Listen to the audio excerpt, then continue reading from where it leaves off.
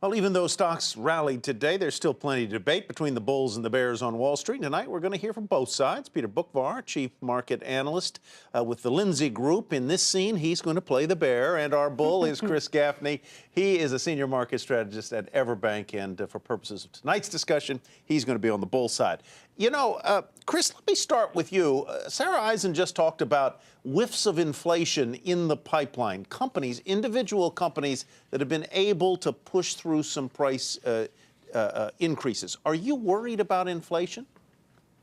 No, we're not worried about inflation yet, and I don't think the market is worried about inflation either. If you look at the 10-year rate, the key is there's no wage inflation here. The labor market, as Chairman Yellen said recently, there's still slack in the labor market, and there's no wage inflation.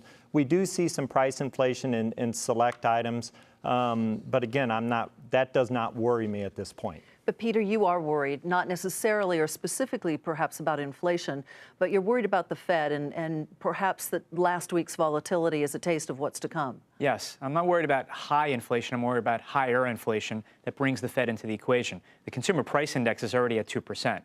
The PCE, which is their preferred rate, is up 0.2 4 months in a row, month over month. That's an annualized rate of obviously north of 2%.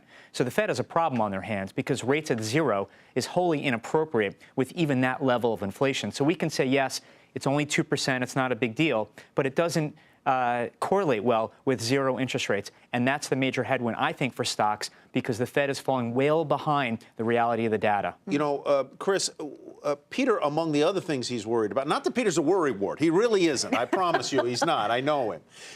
Is the in his view, likelihood that QE, quantitative easing, and the monetary stimulus that the Fed has clearly signaled it's going to wind down, is in the short term going to be a negative disruption for stocks? How worried are you about that process? Well, let's face it, the bond buying is going to end in October. However, as Bob pointed out at the beginning of the show, earnings for this earnings season are very good, and in fact, the GDP number rebounded dramatically. Consumers are very confident.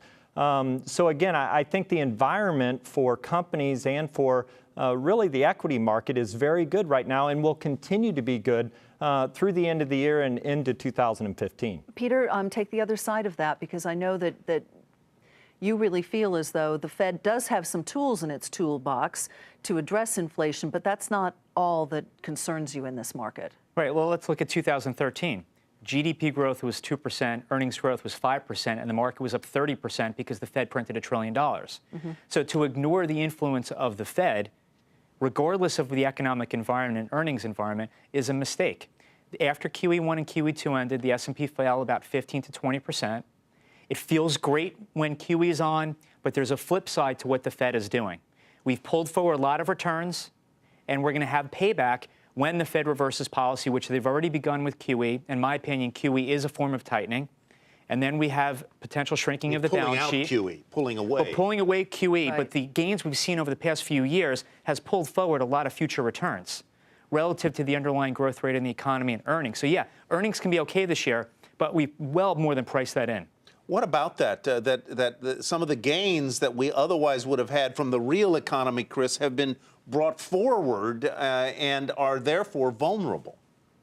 Well, the Fed has definitely supported the equity markets with these low rates. And again, the QE will end in October. The bond buying portion will end in October. However, the Fed is not going to raise rates. They've said they're going to keep interest rates very accommodative well into 2015, as long as we don't see any big spike in price inflation or wage inflation. And with the slack in the labor market, I don't think we're going to see that.